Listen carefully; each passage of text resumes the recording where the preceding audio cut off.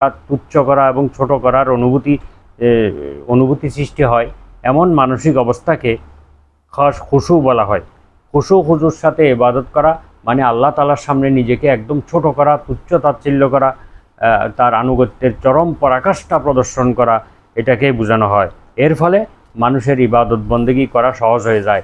কিন্তু মানুষের ভিতর যখন অহংকার থাকে, তাদের ভিতরে যখন এই আত্মম্বরিতা দম্ভ সৃষ্টি হয়, তখন তার পক্ষে আর সেই ইবাদত বন্দেগী করা সহজ হয় না। তো নম্রতা যদি না থাকে, তবে মানুষের বাহ্যিকভাবে যতই শিষ্টাচারের অধিকারী ও বিনম্র হোক না কেন, প্রকৃত প্রস্তাবে সেই বিনয়ের অধিকারী হয় না। হযরত ওমর রাদিয়াল্লাহু তাআলা আনহু একবার এক যুবককে মাথা নিচু করে বসে থাকতে দেখে বললেন, মাথা উঠাও। বিনয় হৃদয়ে অবস্থান করে, মাথা নিচু করলেই বিনয়ী হওয়া যায় না।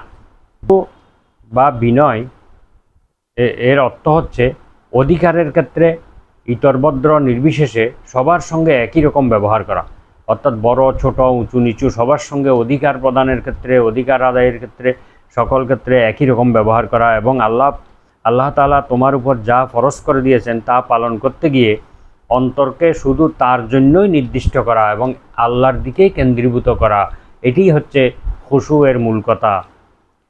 তো মূল ইচ্ছাকৃতভাবে কৃত্রিম উপায়ে বিনয়ীদের রূপ ধারণ করা শয়তান ও প্রবৃত্তির প্রতারণা মাত্র। কেউ যদি বিনয়ী সাজে, বিনয়ী হতে হবে, বিনয়ী সাজলে হবে না, বিনয়ী হতে হবে আমাদেরকে আন্তরিকভাবে।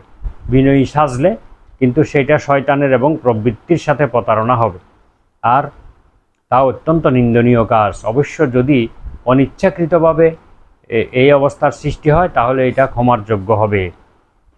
চার ইমাম এবং অধিকাংশ ফকি এর মতে খুশু সালাতের শর্ত না হলেও তারা এটাকে নামাজের আত্মা হিসেবে সাব্যস্ত করেছেন। নামাজের রূহ, অর্থাৎ যেই নামাজে খুশু আছে সেই নামাজের প্রাণ আছে। যেই নামাজের মধ্যে বিনয় এবং নম্রতা নেই, সেই নামাজ যেন প্রাণহীন একটা দেহ। আর তারা শর্ত আরোপ করছেন যে তাকবীরে তাহরিমার সময় মনের মধ্যে যে বিনয় এবং একাগ্রতা আসে, আল্লাহর উদ্দেশ্যে সেই একাগ্রতা নিয়ে নিয়ত করতে হবে। অর্থাৎ সালাতের শুরুতে মহান আল্লাহ তাআলার দিকে মনোনিবেশ করে বিনয়ের সাথে সালাতের নিয়ত করতে হবে।